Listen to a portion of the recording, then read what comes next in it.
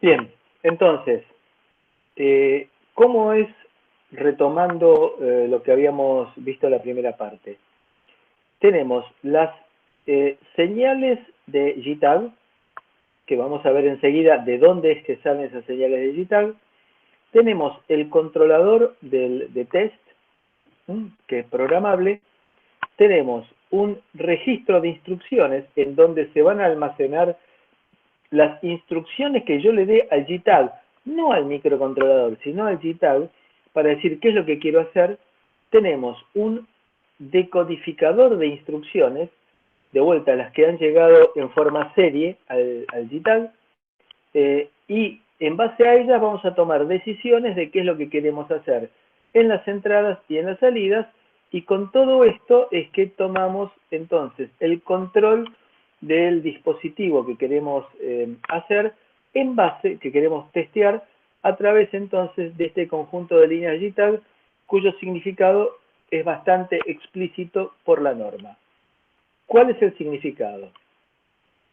TCK es Test Clock, es decir, es el reloj que se encarga de sincronizar las operaciones de la máquina de estado interna, es decir, es el reloj de todo el sistema de JTAG.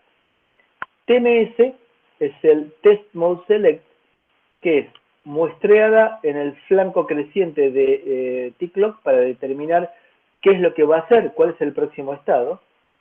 TDI es los datos que son los que van a llegar en forma serie y que van a ser shifteados de acuerdo con el T-Clock dentro del microcontrolador, de la lógica de control del microcontrolador, a probar. Entonces, se va a mostrear en el borde ascendente de clock y que en un determinado estado, tal cual como habíamos visto nosotros en el comienzo, en un determinado estado, se va ese dato se va a tomar y desplazar dentro del registro de desplazamiento que tenemos, ya sea en la parte de instrucciones o en la parte de datos del JTAG. Test Data Output va a ser el dato de salida y va a ser válido en el flanco descendente. Es decir, en el flanco ascendente se le lee TDI y en el flanco descendente se genera TDO. Y esta línea, esta señal final, TRS, el test reset, es opcional. Lo que hace es resetear la máquina de estado interna para llevarla a su estado inicial de vuelta, solamente cuando existe, no es obligatoria su existencia. Entonces, un poco de teoría. Entonces acá tenemos los pines de entrada-salida, el Boundary Scan Register, un conjunto de registros que son propios de la operación del JTAG. Tenemos el TDI, la entrada de TDI, la salida de TDO, y después T-Clock y el Test Mode Select, que se van a encargar de manejar el controlador de test, que se va a encargar de shiftear a la izquierda o shiftear a la derecha los datos, perdón, las instrucciones o los datos, para llevarlos a un multiplexor, y ese multiplexor va a ser el encargado de generar el TDO en el caso que corresponda a una operación de salida. Entonces, este es un poco el esquema general de JTAG. Casos prácticos. Casos prácticos es, esta es una placa con un 4337 que la desarrolló Keil.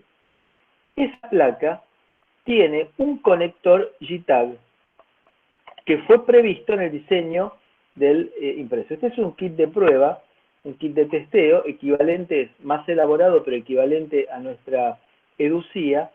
Y acá tenemos un puerto Ethernet, tenemos puerto USB, puertos serie, un puerto VGA también, tenemos pines de entrada y salida de audio, la alimentación que puede venir por este conector o bien a través de USB, el micro USB, y el diseñador lo que hizo fue, de alguna manera que vamos a entender en unos minutitos, conectar las líneas de JTAG del microcontrolador a un conector. Acá tenemos una caja de interfaz entre este conector, es decir, entre el JTAG del microcontrolador y el USB. Esto equivale a lo que habíamos visto hace una hora de lo que era esa caja del emulador, con una gran diferencia. Acá tenemos muy poca lógica que se va a encargar de transferir JTAG a USB, esa es la principal función que tiene, y alguna condición adicional nada significativa, y esta caja que ustedes ven acá cuesta menos de $200. Entonces $200 frente a miles de dólares que era antes, y este cable USB trabajó como cualquier cable USB y no tenemos problemas de velocidad porque en este cable plano que vemos acá tenemos solamente señales serie de baja velocidad. Entonces este es, en este caso, el MicroLink 2, que es la serie más nueva de interfaces que tiene para manejar JTAG, Keil. Entonces aquí puedo llegar a utilizar una placa Keil, otra placa Pepito, otra placa Luisito, siempre y cuando provean el conector necesario para conectar, para interfacearse con este JTAG.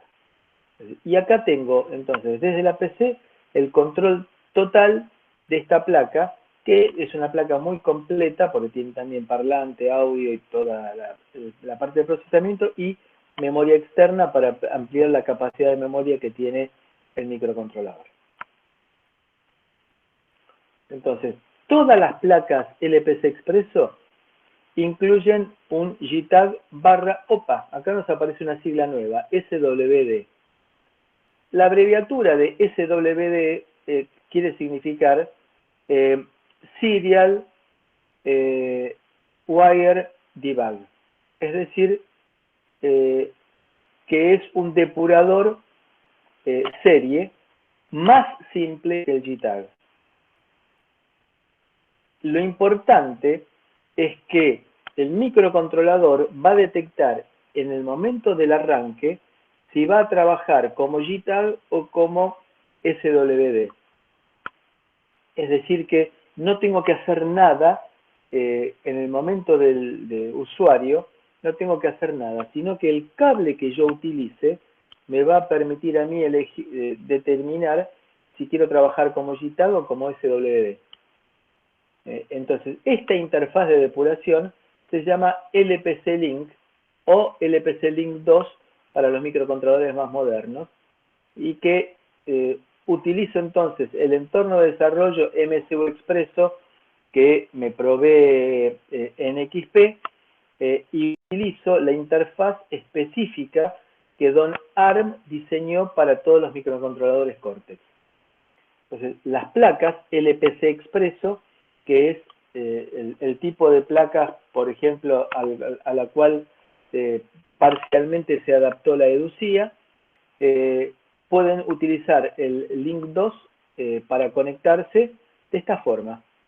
Entonces, el MicroLink 2 es la versión de Keil para su interfaz que utiliza Link 2 para comunicarse con el microcontrolador. Entonces, las placas más nuevas utilizan Link 2 y que permiten un protocolo de depuración propio de ARM que se llama CMSIS DAP y que puede utilizarse con una gama bastante amplia de herramientas de desarrollo.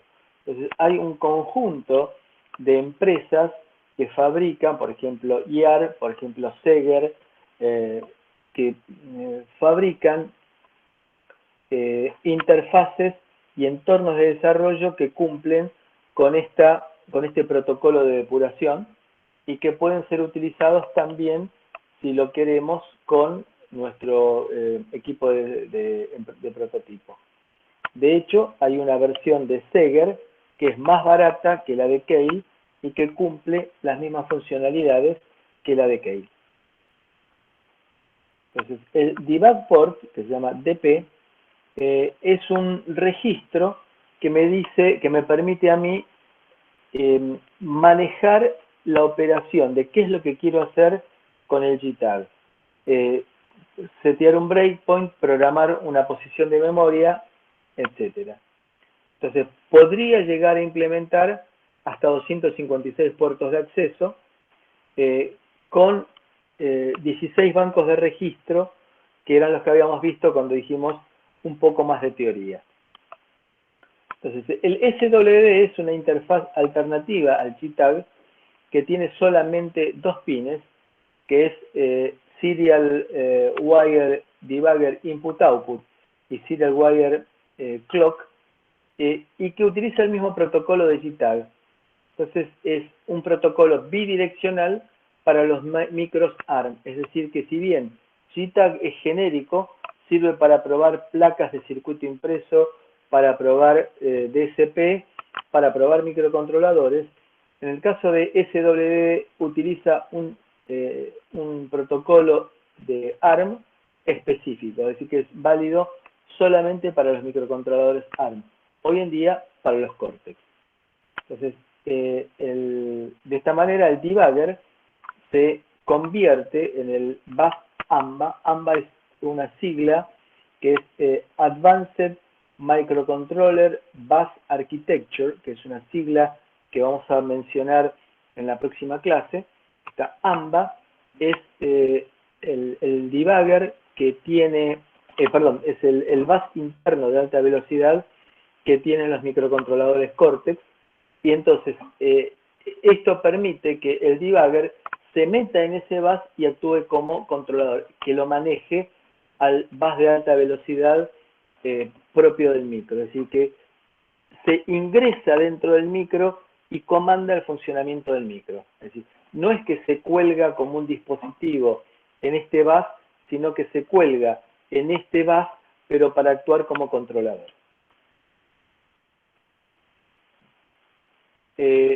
Esto da lugar que el SWD, el Serial Wire Debugger, que es la opción más popular para los micros de propósito general, como los Cortex M3 y M4, trabaja con dos unidades, el puerto de depuración y el puerto de acceso, con la conexión física por parte del debugger port. Entonces, nosotros podemos acceder para efectuar una operación de control o una operación de transferencia de datos utilizando el cable serie y utilizando solamente dos pines. Con todo esto me da la posibilidad de comandar desde mi MCU Expresso el funcionamiento de mi EDUCIA. Entonces, dentro de la EDUCIA también tendré un conversor de USB a serie y tendré la disposición como para que yo pueda, pues acá tengo la posibilidad con la conexión física de acceder al bus del microcontrolador, es decir, acá tengo la conexión física bidireccional, el debug port, manejo la memoria del port de acceso, el MEMAP que dice en la imagen anterior, y con esto accedo a los registros del procesador para la parte de control y de debugging. Son registros que son accesibles solamente en este proceso. No son accesibles para el programador del microcontrolador. Entonces, aquí es donde tenemos las funcionalidades para manejar los 16 bancos de registros, en el cual puedo guardar toda una secuencia de directivas que le quiero dar al microcontrolador en el momento de la depuración. Para minimizar la cantidad de pines, lo que se hace es, en el momento de arranque, analizar un conjunto de pines que me indican si lo voy a utilizar como JTAG o como Serial Wire. Entonces, de acuerdo a la forma en la cual esté conectado, opto en el arranque el microcontrolador opta por una alternativa o por la otra, si va a arrancar depurando con JTAG o con Serial Wire. Entonces en nuestra EDUCIA lo tenemos cableado para que trabaje con Serial Wire. Entonces lo que hace es, conectando nosotros con el cablecito del micro USB a la PC, tenemos en la EDUCIA un conversor serie, un conversor USB a serie, y que ese conversor USB a serie, la salida serie, va al micro para generar la Serial Wire Input Output, y de esa manera, como está cableado para trabajar con Serial Wire, poder controlar el funcionamiento del micro, marcando por eso que esté todo bien conectado. Entonces, se utiliza un pin que es Serial Wire Input Output Test Mode Select para cambiar de JTAG a Serial Wire. Entonces, la conexión va a ser, acá tenemos el debugger port del JTAG, y que acá tenemos el TDI y el TDO que se generan hacia el exterior, y ese TDO también viene al debug port del JTAG, y con esto, en el momento del Power on Reset, defino cómo es que quiero que trabaje, si como JTAG o como Serial Wire. Entonces veo cuáles son las patas que voy a utilizar, y en base a las patas que voy a utilizar, defino el funcionamiento de todo el resto del sistema. Y terminemos con esto, que es lo que nos importa. Acá tenemos el microcontrolador Cortex. En este caso es un Cortex M3, pero viene a los efectos lo mismo. Observen ustedes que en este microcontrolador tenemos patitas dedicadas exclusivamente a la parte de debugging. Como ustedes vieron en Digital 2, la mayor parte de las patas del microcontrolador se pueden asignar a distintas funciones. Esas distintas funciones son las que me permiten, por ejemplo, que una patita sea entrada o sea salida, o que sea auxiliar de una comunicación serie, o que sea entrada del conversor analógico a digital. Si yo tengo una posibilidad de programar que ciertas patas actúen como interrupción, que las patas del, bueno, en el caso del Cortex M4, todos los puertos pueden generar interrupción al micro. Entonces yo puedo programar el funcionamiento de cada pin, de puerto de entrada-salida. Lo que no puedo llegar a cambiar es el funcionamiento de estas patas de debugging. Y acá tenemos las 5 patas de JTAG. Entonces, hacia el mundo exterior, yo decidiré después cómo es que quiero trabajarlo, si como JTAG o como Serial Wire, de acuerdo con el conexionado en el momento del arranque. Cuando arranca el microcontrolador, va a ver el estado de esas patas, corre el autotest, decide si trabaja como JTAG o como Serial Wire, y empieza a recibir comandos para el funcionamiento. En el caso típico del arranque, va a ser la programación del microcontrolador a través del archivo que le vamos a estar transfiriendo desde el MSU Expreso. Entonces, en MSU Expreso... Una pregunta. Un segundito que termino la idea, un segundito, ya me falta muy poquito. Entonces, el MSU Expreso transfiere el archivo que resultó de la compilación al puerto USB mediante un driver del software. Entonces, en el puerto USB llega a la EDUCIA. En la EDUCIA tiene un conversor USB serie que es interpretado entonces por estas patitas en forma serie, cómo es que quiero, por un comando o un dato que le estoy enviando, y se lo envía a ese programita que está dentro de la memoria del microcontrolador, y que me permite a mí programar la memoria flash o correr el programa hasta un breakpoint. Ahora sí, disculpas por la demora. Adelante.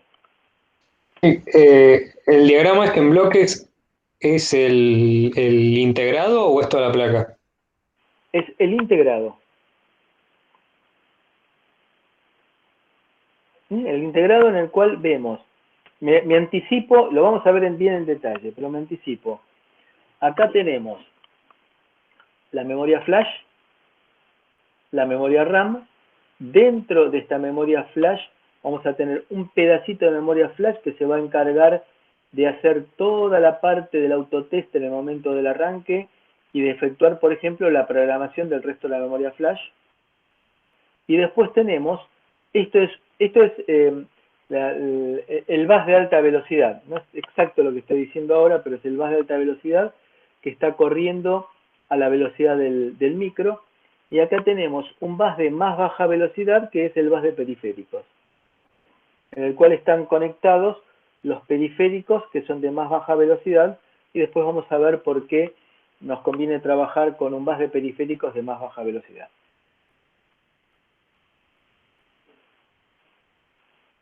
De aquí lo único que tenemos que recordar en este momento, que este es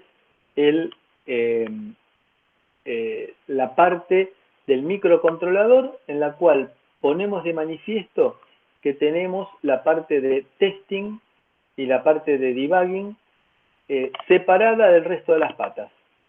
Acá no es un problema de puertos, no es que tenga ninguna otra función, solamente son las patitas de JTAG para el testing y para el debugging. ¿Alguna pregunta?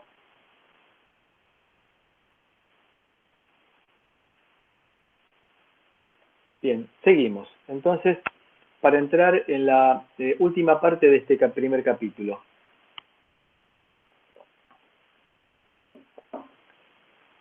Bien, este es un osciloscopio. Lo conocemos todos, lo hemos usado todos. Este es un osciloscopio que tiene 4 canales, lo cual para un osciloscopio es algo bastante poderoso. Con la tecnología vigente nos permite ver esos 4 canales en distintos colores y podemos entonces ver señales que están relacionadas entre sí y con detalles. Por ejemplo, aquí vemos un detalle, por aquí vemos detalles de un ripple que tiene esta señal y que son interesantes en el mundo analógico. Ahora bien, si yo quiero verlo en el mundo digital, esto no me interesa, esas fluctuaciones. Ahí yo voy a tener ceros y unos. Las fluctuaciones, estas variaciones que yo he llamado ripples, estas variaciones no me afectan, no me interesan. Entonces yo lo que voy a hacer es convertir esta señal en ceros y unos, nada más que ceros y unos. Entonces el osciloscopio puede ser interesante, pero tiene el inconveniente de tener poca cantidad de señales, porque ustedes imagínense que sería muy complejo tener, por ejemplo, 32 entradas de este tipo con 32 selectores de amplitud, de sensibilidad, de offset, etc. Conclusión, el osciloscopio es una herramienta interesante solamente para pocas señales y en el mundo analógico. Me permite ver típicamente 4 señales. Entonces, cuando quiero trabajar en el mundo digital, tengo que utilizar un dispositivo distinto que se llama analizador lógico. Nosotros en la universidad tenemos un hermoso analizador lógico Tektronix, que está en el laboratorio que está delante del laboratorio 4 de electrónica. Vieron que hay un pequeño laboratorio, bueno, ahí tenemos este analizador lógico, el cual tiene como características, para que ustedes tengan una idea, el analizador lógico costó hace más o menos 10 años, un poco más de 10 años, costó $15.000. Las puntas de prueba costaron $13.000, más o menos. Entonces, con esto que quiero decir, que el analizador lógico va a ser un dispositivo que me permite ver señales digitales, ceros y unos nada más. Tiene sí un canal analógico, que es el que vemos acá arriba, pero uno solo para tomar como referencia, pero no siempre lo utilizo. para tenerlo, digamos, fue pensado de forma que para tener el frente libre, ustedes imagínense lo que sería sacar varios cables de conexión, por ejemplo, de 64 líneas del frente. Sería, no podríamos acceder a los controles del frente. Entonces, en realidad, los pines de conexión hacia el mundo exterior salen desde la parte posterior del analizador lógico. El analizador lógico tiene una pantalla grande para poder ver muchas señales. Es decir, piensen ustedes que es más o menos es un televisor, el frente es un televisor de unas 13 pulgadas, el frente, es un televisor, una pantalla bastante grande.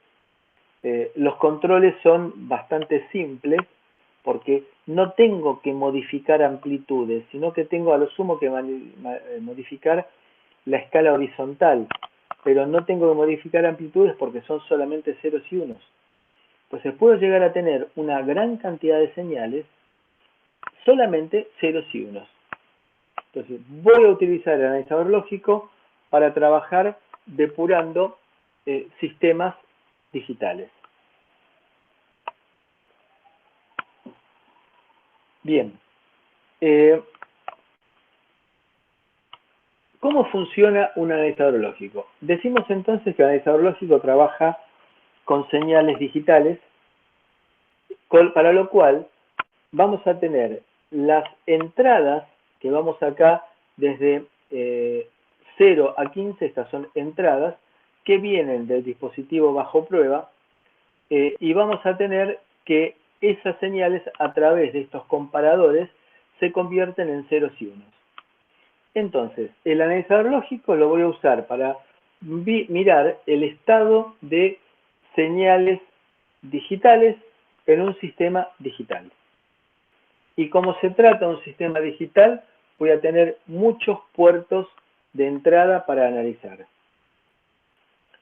De estos conversores de entradas a ceros y unos, voy a llegar a guardar a través de esos buffers en una memoria RAM los datos adquiridos, ceros y unos. Entonces, pensemos lo siguiente.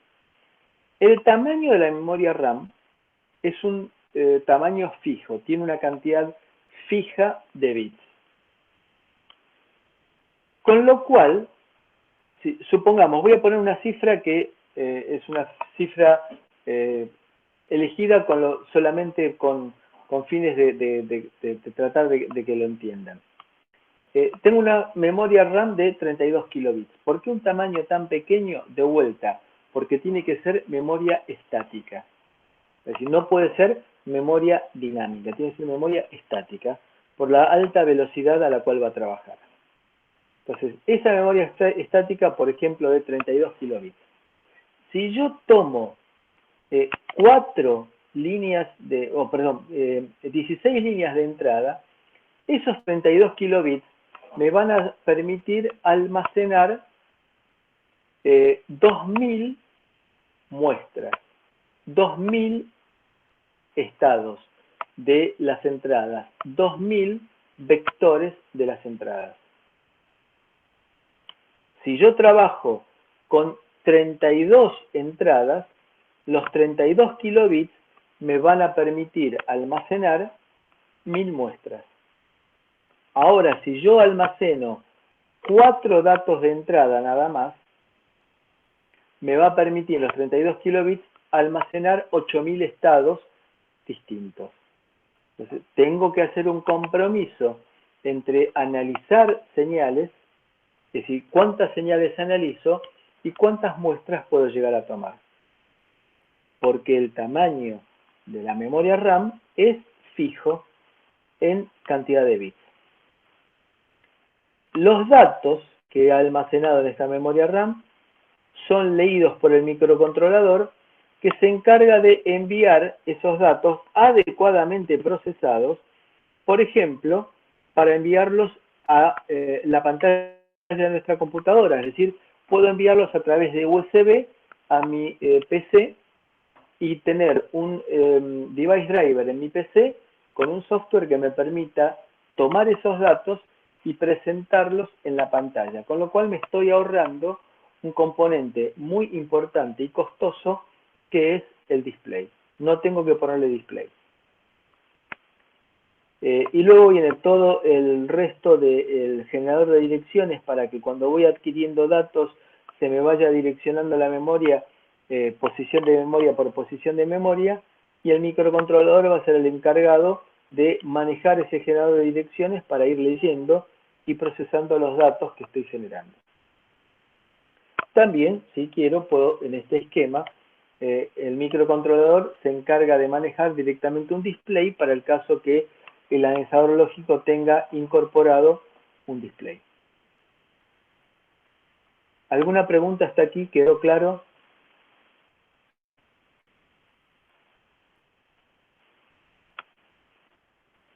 Bien.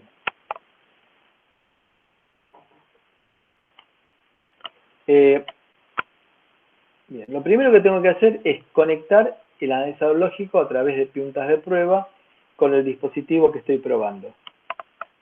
Después, decidir qué es lo que quiero hacer con los datos que adquiera,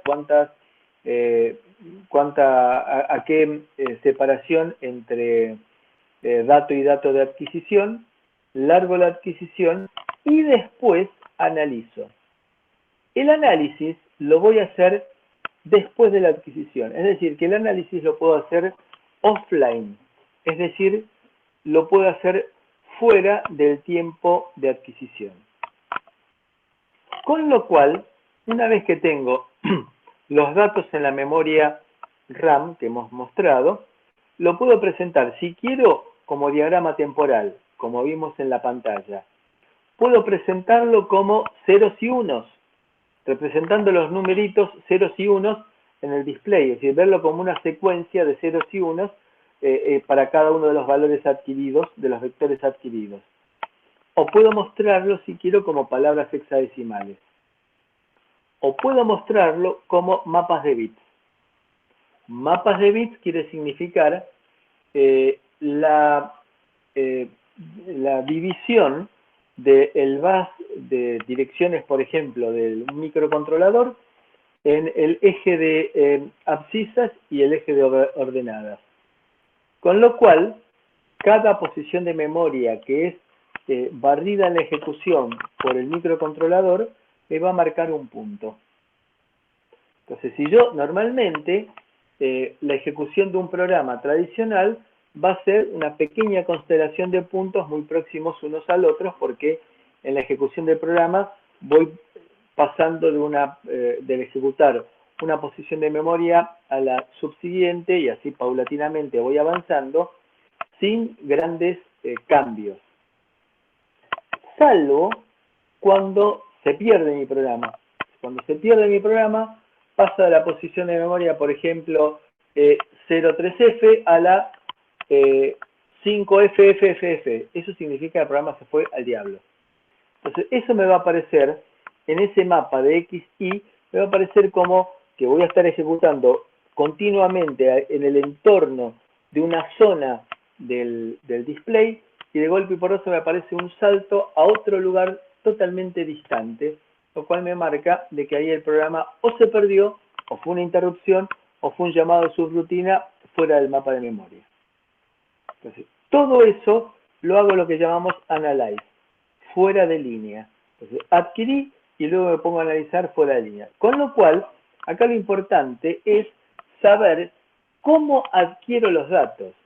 Quiere decir esto, que el setup que nosotros estamos diciendo acá me va a decir, desde esta palabra binaria, que es la que me importa a mí de ver por qué se pierde el programa, entonces de esta palabra binaria adquirime 18 datos para atrás y 24 datos para adelante, o cualquier cifra parecida, con algún tipo de interés, o adquirime datos a partir de este momento, para atrás no me adquiera nada. Entonces, ¿qué es lo que se busca? Tener un sistema digital que queremos depurar, a su vez correlacionar muchas señales digitales simultáneamente. Cuando decimos muchas, estamos queriendo significar, por ejemplo, 32 líneas o 64 líneas. Ojo, lo cual no significa de que tengamos que presentar simultáneamente todas las líneas, porque si quiero presentar 64 líneas en forma simultánea, no tengo forma de verlas. Lo que yo puedo decidir es en algún momento del testeo tomar las líneas 1, 4, 9, 10, 11, 12, 13, 14, 15, 24, 36 y 18 y 38. Y después en otro momento tomar las líneas 45, 46, 47, 48 para ver ese conjunto de líneas. Entonces puedo, con lo que decíamos setup, programar todo el proceso de adquisición. Decidir qué es lo que adquiero, en qué momento lo adquiero y a partir de cuándo lo adquiero. Entonces con esto puedo determinar condiciones temporales que tanto temporales como de programa que me determinan el mal funcionamiento de todo el sistema. Esto me va a permitir también seguir la ejecución de programas embebidos. Entonces, tenemos típicamente dos canales de 16 datos más la posibilidad de ingresar un clock. Es decir, 16 más 1 es 17, por 2 me da 34 por pod. Pod significa, vamos a ver enseguida, el conjunto de pines que yo puedo llegar a manejar. La profundidad de la memoria va a ser cuántas muestras pueden ser almacenadas en una traza. De vuelta, el caso de la memoria en cantidad de bits fija, por ejemplo, 32 kilobits, y que si tomo 4 señales nada más, me va a permitir de esos 32 kilobits tomar 8000 muestras.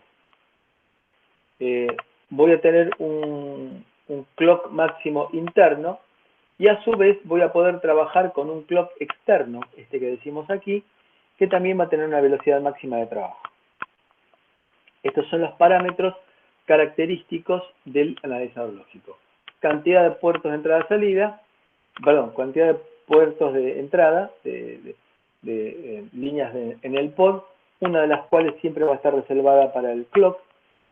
El tamaño de la memoria de adquisición, que me va a fijar entonces, de acuerdo con las líneas que yo adquiera, la cantidad de muestras que puedo llegar a tomar, la velocidad del clock interno y la velocidad del clock externo que puedo llegar a trabajar.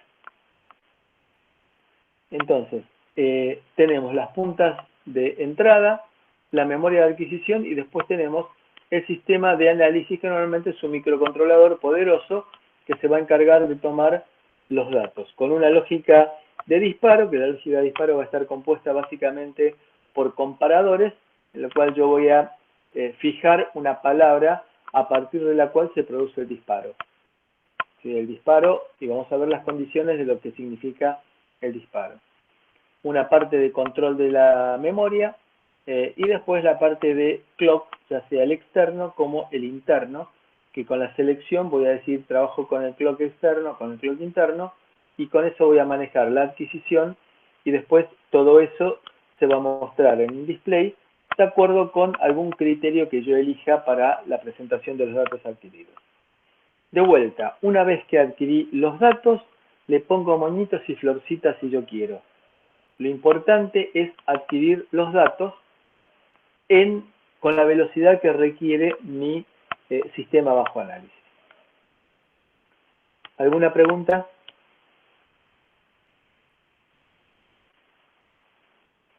¿Están ahí todavía? Sí, sí, acá estamos. Bien, gracias. La memoria de adquisición es un anillo, no tiene principio y fin, sino que el final se une con el principio y a medida que voy adquiriendo voy sobreescribiendo los valores más viejos. Lo que puedo llegar a hacer es ajustar el punto de disparo. Entonces, fijamos una palabra de disparo por medio de un conjunto de unos y ceros. Esa palabra de disparo puede iniciar el disparo, parar el disparo. Es decir, la preadquisición significa, ahora, después lo vamos a ver en detalle, pero la preadquisición significa adquirir datos hasta la palabra de disparo. Por eso se llama preadquisición. Adquiero datos en forma permanente hasta que llega la palabra de disparo, en ese momento paro. Eso típicamente me sirve para detectar qué fue lo que sucedió para que se produjera un bug en el microcontrolador, es decir, analizar todas las instrucciones previas para llegar al punto en el cual se me produce el bug. La posadquisición es la palabra de disparo, la palabra del conjunto de unos y ceros que yo he fijado como palabra de disparo, me permite adquirir de ahí en adelante. Por eso se llama posadquisición. Adquisición después del disparo. Y por último tenemos el caso mixto, en el cual yo digo, voy a tomar en total 100 muestras. 32 muestras antes de la palabra de disparo y 68 muestras después de la palabra de disparo.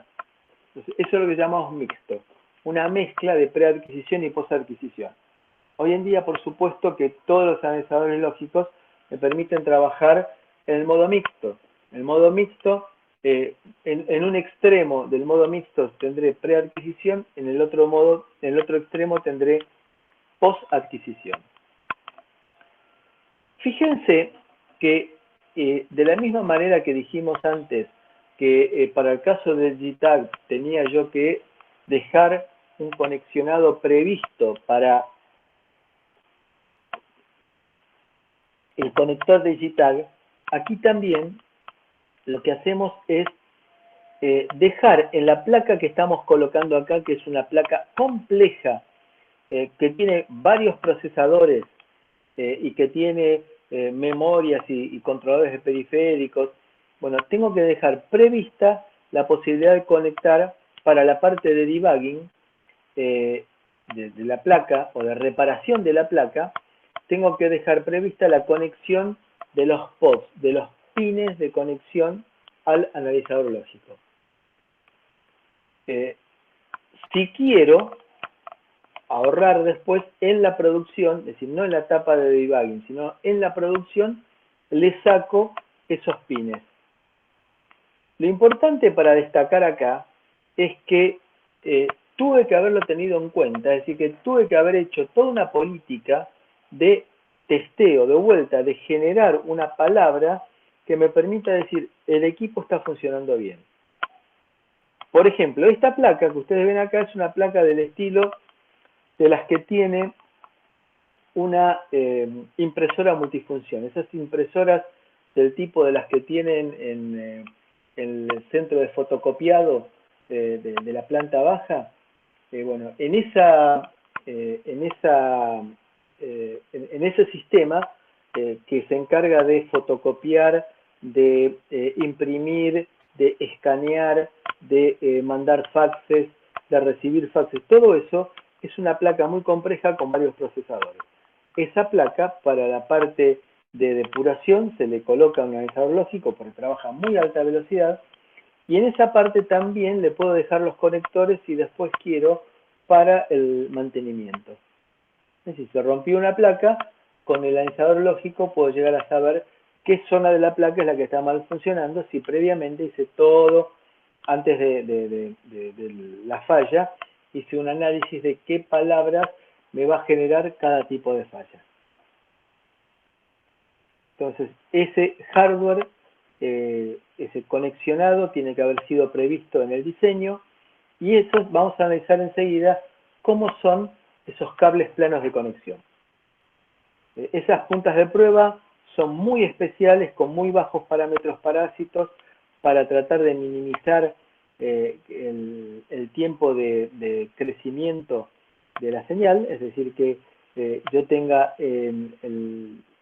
realmente el flanco abrupto que me lo está generando mi señal, y no tenga por una capacidad parásita una señal creciente en forma exponencial. Estas puntas de prueba tienen parámetros parásitos bajísimos, son muy caras, como dijimos antes. Un par de pods de 32 bits cuesta tanto como el analizador lógico.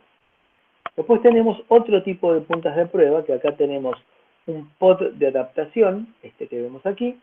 Este pod de adaptación me permite conectar sobre, con estos conectorcitos que son del tipo de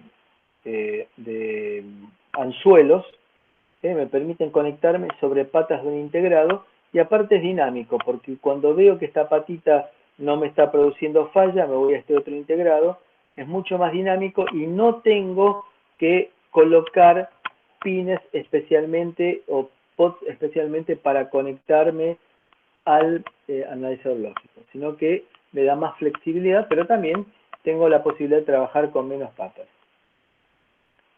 Entonces, tenemos las puntas de prueba multicanal, que son las que me provee el fabricante, que las inserto en zócalos previstos para ellos. Son un tipo fíjense que el cable plano es un cable plano particular de un grosor mucho mayor a lo tradicional para minimizar efectos parásitos. Y acá hay el detalle importante. Acá tenemos la pantalla del analizador lógico y vemos que para dejar fácilmente accesible los controles y no entorpecer la visualización, los pods de conexión vienen de la parte posterior del analizador lógico. Este analizador lógico puede trabajar de dos maneras distintas, como Timing Analyzer y como State Analyzer. Timing Analyzer quiere significar analizador temporal y State Analyzer quiere significar analizador de estado. La diferencia fundamental para uno u otro, para tratar de entender de cómo se trata, es el clock. En un caso el clock es externo, que viene del sistema, en otro caso el clock es interno, que viene del analizador lógico. Entonces, en el caso del Timing Analyzer, funciona con el reloj de la placa bajo prueba. Por eso es que teníamos una patita de clock dentro del pod. Habíamos dicho 16 más 1 por pod, es decir, un clock que viene de la placa bajo ensayo. Entonces, por supuesto que tenemos que trabajar con el tamaño de memoria que tenemos y se va a muestrear con un detector de transiciones. Entonces tengo que elegir la cantidad de muestras que voy a tomar de acuerdo con la frecuencia de señal que voy a tomar. Todo sincronizado por el reloj de la misma placa que quiero depurar. Entonces, el muestreo va a estar dada con la resolución que yo quiera darle, es decir, la discriminación de tiempo que quiera darle. En este caso, por ejemplo, en 36 nanosegundos tomo 10 muestras, con lo cual cada muestra va a ser tomada cada 3,6 nanosegundos, y luego tengo que analizar, de acuerdo con el tamaño de la muestra, cuántas muestras puedo llegar a almacenar, para lo cual tendré que fijar el clock, tendré que analizar el clock del sistema bajo ensayo, a ver cuántas muestras me permite almacenar. Acá me aparece una restricción, que es que la frecuencia de clock es la que me va a definir a mí la velocidad de adquisición, con lo cual me presenta algunas dificultades, porque si tengo un sistema con un clock muy alto, me va a llenar la memoria muy rápidamente, que normalmente no es lo que yo deseo.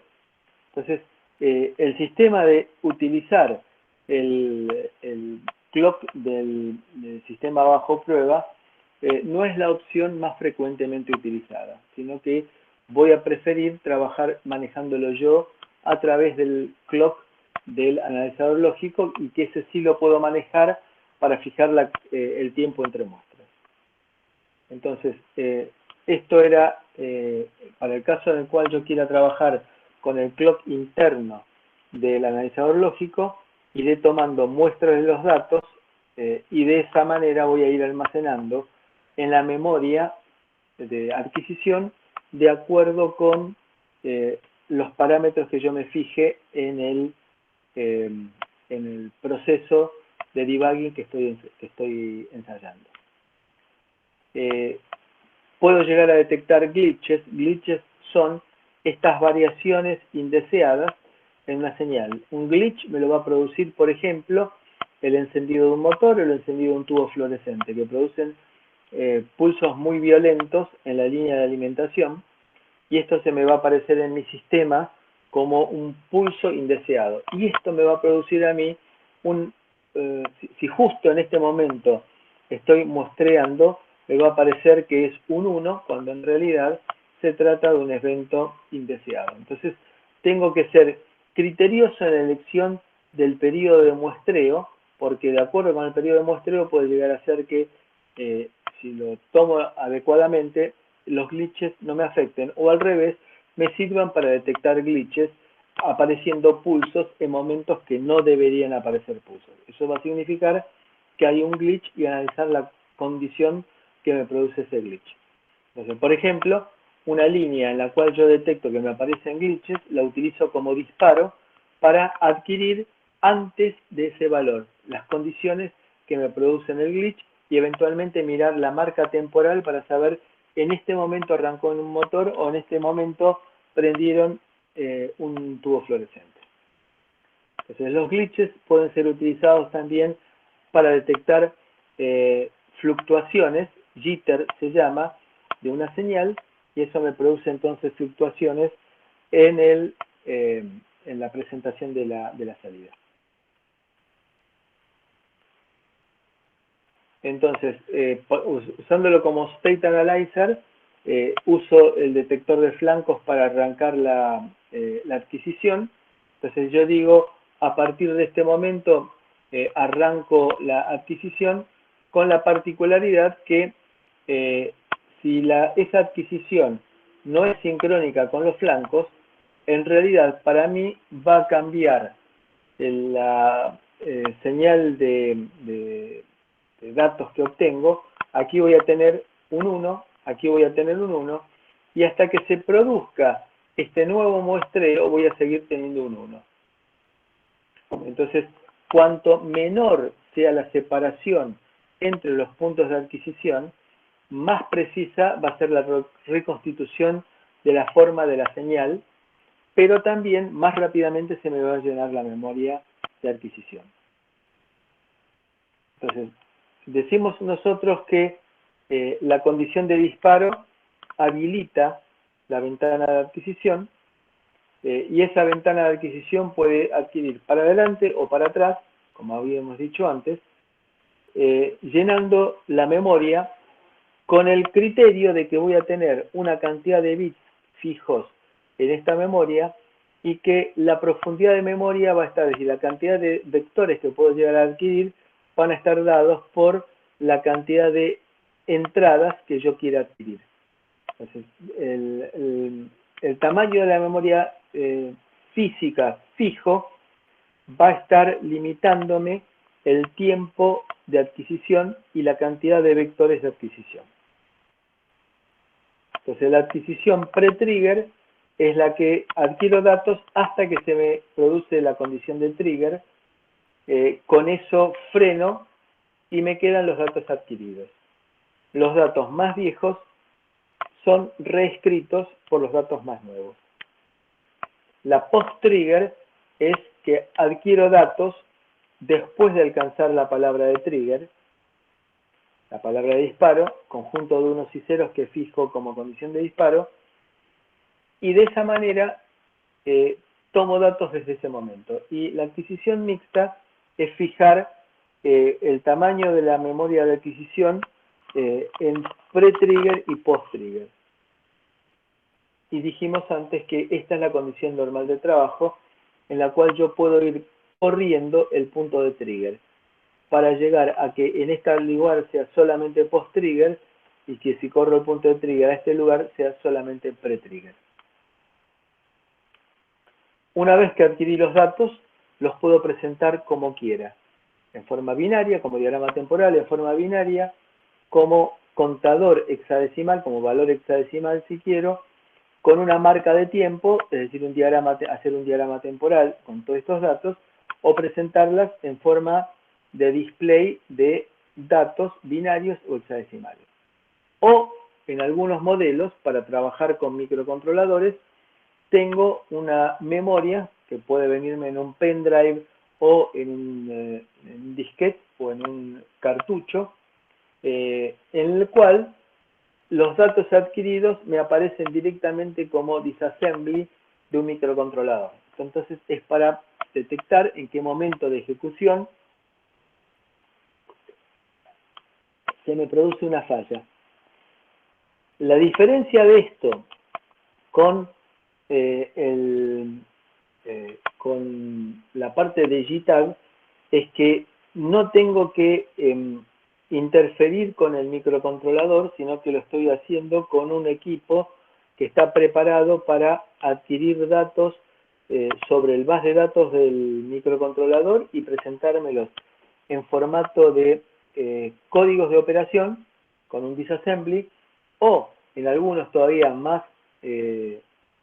sofisticados y caros también, tomar ese código en assembler y generarme código en C. Es decir que no me queda solamente como presentación en assembler, sino como código en C. Esto es otro cartucho que es mucho más caro porque requiere mucha más inteligencia. ¿Alguna pregunta?